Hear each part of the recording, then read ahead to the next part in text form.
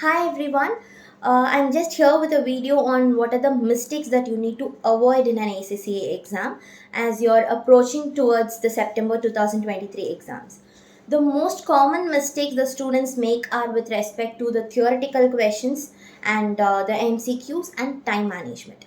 First, coming to theoretical questions, students think theory might not be tested when it comes to practical papers, which is totally wrong. See, theoretical question when it comes to a practical paper might be on the concepts.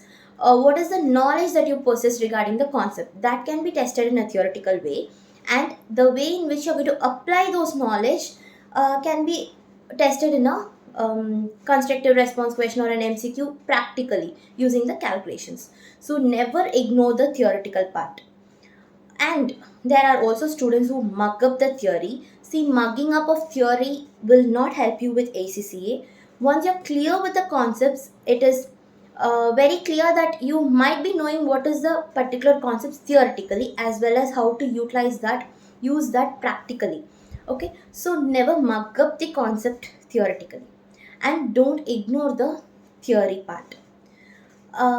Then coming to the MCQs, MCQs, many students tell me that there are different options. If I do in one particular way, I'm able to get option A. Then if I do in another way, I'm getting option B. Another way, if I'm trying, I'm getting the option C. So which is totally a mistake. If you're clear with the concept, you will get only one answer. Because when you're going to use a correct concept with the question, you will be getting only one option out of it. ACCA knows where you might go wrong. So the answers that they would have given you as options will be the options that if you go wrong in one particular way, like you're using machine hours or labor hours for particular thing, okay? So what, where you might go wrong, if you go wrong in that particular part, what will the answer be? So that will also be given in the options. So I have seen many students telling me, I used the concept and I got option A, and they might work backwards because option B is given, and what if I work backwards and see whether option B is also applicable for this answer? Don't do that. Be very straight. Start from the question. Don't assume things, and start from the question and work out with the concept, and whatever answer you're getting as per the concept that you have learned, that is the correct answer. Don't assume that other options can also be correct by working backwards or checking whether that option is also applicable or not. Don't do that mistake. That is with regard to MCQs. Third one is time management. See, when it comes to time management, people are unable to complete ACCA exams. That is the major point where people fail in exams.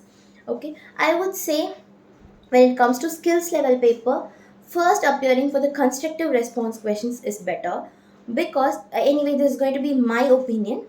But if you're going to appear for the MCQs, I've seen many students spending more time on one particular MCQ questions if they are not getting the answers.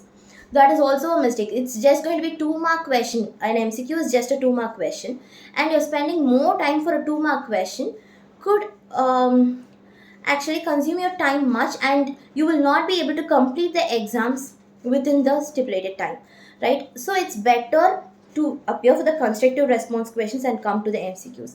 If at all you're going to appear for the MCQ questions first, then also don't spend much time on one particular question.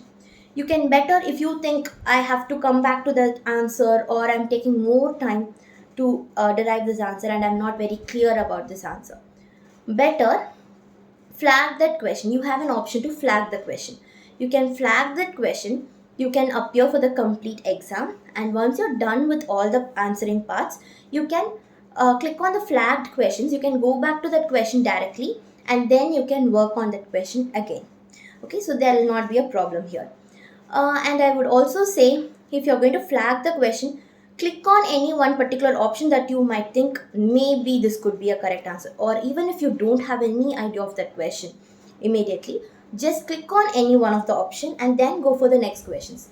Because by the last, if you don't get time in order to go back and check your flagged question, then at least the option that you've clicked, maybe by luck it could be a correct answer, right? So don't lose that opportunity. If you have not clicked the answer and you have flagged the question but you cannot review it again and answer it, you would lose the 2 marks at least by luck which you would have gained, right? So never leave any question unanswered. Answer all the questions. And when it comes to professional level paper, it's going to be complete constructive questions. So I would say don't spend much time on one particular question. For example, you have allot the times for each and every question. If you have 3 questions, allot your time for each and every question. And if you're going to exceed the time that you have allocated for the first question, better wherever you are, stop there and go for the second question to the maximum within that allocated time. Answer the second question and then leave that and go for the third question. This could ensure that at least 75 to 90% you have answered all the questions. Because if you're going to answer the 100% of first question and you're going to take more than 1.5 hours spending time for first question, you might run out of time when you go for the third question, where you can only appear for 50% for the third question. That can also create a negative image on your answers. Okay, so make sure you're at least appearing 90% of all the questions. If you cannot appear, if you are unable to manage your time for the 100% of all the questions. So this is with related to time management. So make sure you don't do these mistakes with regard to theory, MCQs and time management. And so what are the study approaches, the last minute study approaches that you can do are, be very clear with the concepts, revise all the concepts, then go through all the revision kit questions. You would have worked out all the revision kit questions. You can actually revise the revision kit questions again. And never go for the exam without attending a mock exam. At least you should have appeared for 3 mock exams, or at least do it now. Mock exams can be attended through the CB practice platform that is available in your My ACCA portal. So that CB practice platform will give you an actual view of how the exams would be, and the way in which the exam will be viewed, the way in which you can appear. It will be a complete exam content. Okay, so that will be available for each and every subject through the past papers. You can make use of it. And then last, before going for the exam, make sure you read all the technical articles. One thing is technical articles and second one is examiner's report. Technical articles gives you all the details of the concepts, a detailed view of concepts. It could also be a quick revision for you. This is available in ACCA Global website. You can search for any subject technical article. For example, if it is AA technical articles, if you're going to search for it, you will get the technical articles that are available for all the concepts or important concepts. Okay, read that. And second thing is examiner's report. Examiner's report will be available for the past exam sittings for every subject. This would give you the information on what the examiner is actually expecting from you. What is the type of answer that they are expecting? They would have given you the suggested answer and where the students would have gone wrong in the previous papers, previous attempts. Okay, so they would have given you, if your answer is going to be in one particular way, this would gain you only 0 marks. And if your answer is in another particular way, they would have given that answer and they would have mentioned this would gain only 1 mark, and they would have given the particular suggested answer which would gain you the full marks as well. So reading this before going to the exam would definitely help you to make sure that you answer to the expectation of the examiner.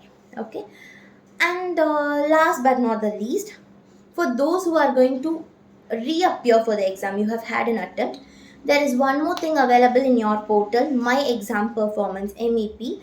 So this one has been latestly introduced, so you can make use of it. This would give you the view of what is the strength and which are the weak areas that you have to focus on based on your previous attempt. Okay, so this could also help you to make sure you do not make the same mistake again.